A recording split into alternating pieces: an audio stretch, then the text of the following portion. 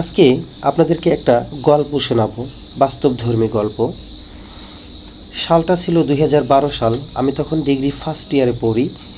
পড়াশোনার সুবিধার্থে আমি ঢাকা কমলাপুর অঞ্চলে থাকতাম।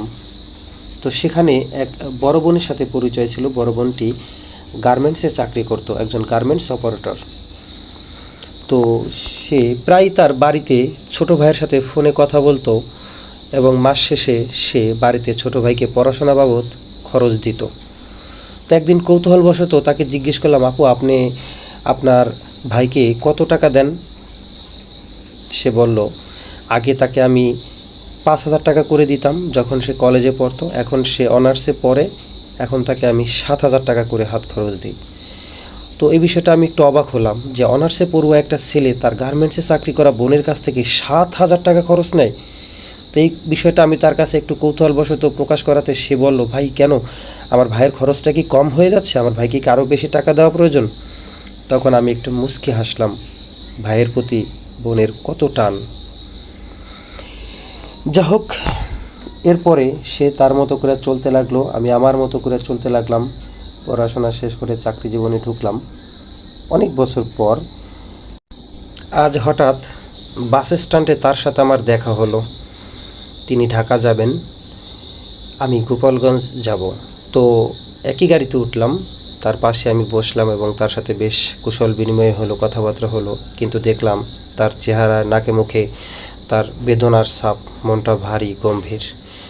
তো বললাম, আপু আপনি তো অনেক হাসি খুশি ছিলেন, হঠাৎ করে আপনার এরকম ভাব গম্ভীর হয়ে গেলেন?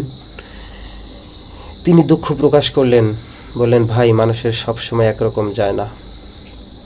জীবনে এই ভাইয়ের কথা ভেবে, ছোট ছোট ভাই বোনদের কথা ভেবে, মা বাবার কথা ভেবে সংসারে ঘানি টানতে গিয়ে বিয়েটা পর্যন্ত করি নাই। গার্মেন্টসে চাকরি করে কত কষ্ট করে সংসারকে সাপোর্ট দিয়ে গেছি। তো ভাই পড়াশোনা শিখছে, চাকরি জীবনে ঢুকছে, বিয়ে শাদী করছে, ভাই এখন বেশ ভালো আছে। ভেবেছিলাম যে ভাই যখন চাকরি জীবনে ঢুকবে তখন আমি গার্মেন্টস জীবন থেকে অবসর নেব। অনেক আশা নিয়ে গার্মেন্টস জীবন থেকে বিদায় নিয়ে, রিজাইন দিয়ে আমি ছুটে এসেছিলাম ভাইয়ের কাছে। চাকরি ছেড়ে চলে এসেছিলাম ভালো থাকার আশায়। কিছুদিন বেশ ভালোই ছিলাম, কিন্তু এরপরে লক্ষ্য করলাম যে ভাইয়ের ব্যবহার দিন দিন রূঢ় হয়ে যাচ্ছে, উগ্র হয়ে যাচ্ছে। আমার প্রতি তাদের ভালোবাসা, আমার প্রতি তার শ্রদ্ধাবোধ অনেকাংশে হ্রাস পেয়েছে। তো ভাবলাম, বয়স হয়েছে ঠিকই, কিন্তু আমি তো এখনও হাত পায়ে শক্তি আছে। এখনই যদি এই অবস্থা হয় তাহলে আমার শেষ জীবনে আমার ভাই আমার কতটুকু খবর নেবে? অনেক ভেবে চিন্তে সিদ্ধান্ত নিলাম, আমি আমার সেই চাকরি জীবনে আবার ফেরত যাব, সেই গার্মেন্টস জীবনে আবার ফিরে যাব। কারণ ভাইয়ের কাছ থেকে ভালোবাসা যা পাওয়ার আমি পেয়ে গিয়েছি। তাই ভাই আবার চলে যাচ্ছি ঢাকায়। সেইখানেই চলে যাব, কাজ করব, চাকরি করব, নিজেকে নিজে সাপোর্ট দিব। পরনির্ভরশীলতা আমার কেটে গেছে। নিজেকে যাতে সাপোর্ট দিয়ে নিজেকে যাতে চালিয়ে নিতে পারি, দোয়া করবেন ভাই। তার কথাগুলো শুনে নিমিষেই আমার চোখ বেয়ে পানি ঝরতে শুরু করলো।